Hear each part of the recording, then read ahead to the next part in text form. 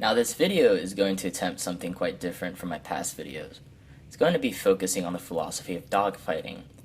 This can obviously apply to any war involving aircraft, but I'm going to use a World War II air combat simulator called ACES High 2 to demonstrate. I'm going to be picking a decent mid to late war BF109 G6 model with minimal fuel in order to improve turning performance. Now you might be wondering why this is the case if the BF109 was known as a high altitude fighter. And you're absolutely right. I'm just derping around and picked the BF109 because it has a decent climb rate in this game. So now I'm going to be testing the keys and ground controls to make sure the plane is flight ready. Now that we're in the air, I can talk a bit about the juxtaposition in air combat philosophy in the European theater of World War II. You see, in the Eastern Front, most aircraft engaged below 10,000 feet primarily because air operations were limited to air superiority and close air support missions. For example, the Soviet Yak-3 model achieved optimal performance under 13,000 feet. In the Western Front, the aerial campaign took a different role due to Allied focus on strategic bombing. Close air support missions also played a role in the West, but it wasn't the primary theater both parties decided to engage in. This is evident in the design of fighter aircraft like the American P-51D model, which achieved maximum speed between 26 and 28,000 feet, with emergency war power maximum speed at 24,500 feet.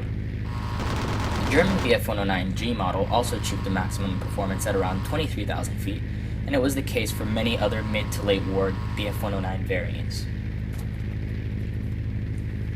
The performance of aircraft influenced the philosophies of many aces stationed in the Western Front. They developed a strategy that has been nicknamed boom and zoom with a focus on energy retention. The attacker would attempt to gain an altitude advantage on a defender and dive for a passing attack. It would ensure that the attacker would be able to pull away from an attack and preserve energy in order to reclaim lost altitude. This is in stark contrast to early BF109 designs like the E3 model. The BF109 E3 and E4 were the primary German fighters used during the Battle of Britain. The battle mainly involved mid-altitude medium bombers like the Heinkel HE-111, which is why escort fighters had such a low ceiling in performance. It's strangely reminiscent of the topsy-turvy philosophy of Eastern Front air combat. Now, with that being said, I want to show you guys two basic fighter maneuvers that are emblematic to dogfighting. The first one is called the immelman. The pilot first climbs to gain a significant amount of altitude in a 180-degree maneuver. Once the maneuver has been completed, the pilot should find themselves to be upside down. At this point, the pilot should gently turn the yoke in a roll to level the plane upright. This move essentially sacrifices speed for altitude.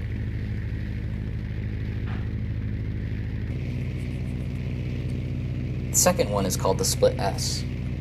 Instead of climbing, the pilot will first roll upside down, sacrificing altitude and sharply descending in a 180-degree maneuver. Once the maneuver has been completed, the pilot should find themselves to be leveled upright. This move sacrifices altitude for speed. There are many other maneuvers I haven't talked about, like the scissors, high yo-yo, and the low yo-yo. My point with showing these moves is to show how critical energy retention is to the pilot's final tactical calculation. And that is frankly something I find truly fascinating.